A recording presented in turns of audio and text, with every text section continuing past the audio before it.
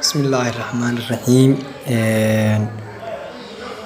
aad iyo aad baan u salaamayaa asxaabta ku xidhan kanaalka barashada cilmiga tiknoolajiyadda marka waxaan sameynayaa haddii ilaahay idmo maanta waxaan doonayaa cashar aad u muhiim ah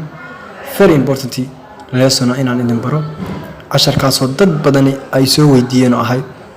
warniyo sidee baan u jabsanaa wifi-ga ama wireless-ka sidee baan u jabsanaa marka ab baan idin barayaa abkaasoo ka qayb qaadanaya in aad jabsatid wifi-ga let's start waxaan sameynaynaa marka haddii aad idmo horta haddaad ku cusub tahay channelka subscribe ta saar gambaleelkana furo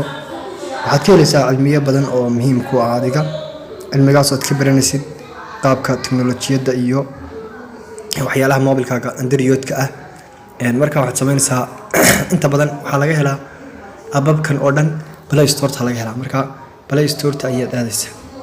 Play Store ta markaad tagtid halkaas waxaad ku qoranaysaa wifi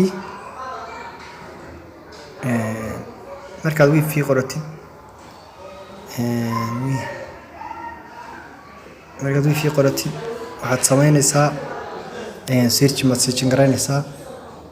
waxaan i furnayn daatada soo furo markaad wifi-gi qoratid waxaad sameynaysaa wifi-gi kaasaad tegaysaa ay ku qoran tahay wifi WPS Testar ono ruuda inaan mobilka ruudkaaga ma baahna ku dhufatay aniga already wuu ii furan yahay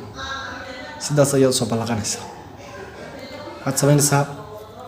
halkaa uu 3 xaraf leeyahay taabanaysaa qaabkaas uu leeyahay user was register gareyn karaysaa tusaale uu la shaqeeyaa oo dhan bahalkeerka wifi-ga markuu ku soo dhaco wifi-ga ku yimaado location kan waad u furan kartaa si wifi aad u hesho marka 100% waa android aan lagu hubo Play Store ta kala soo deg wixii su'aal qabtaan ee comment-ka igu soo weydiiya aad iyo aad baad mahadsantihiin cilmiyo kale oo fara badan iyo kuwa kale oo inta kuwan ka duwan waan idin barayaa haddii alla idmo subscribe ta saara iyo share tan haynaga ilaawina aad iyo aad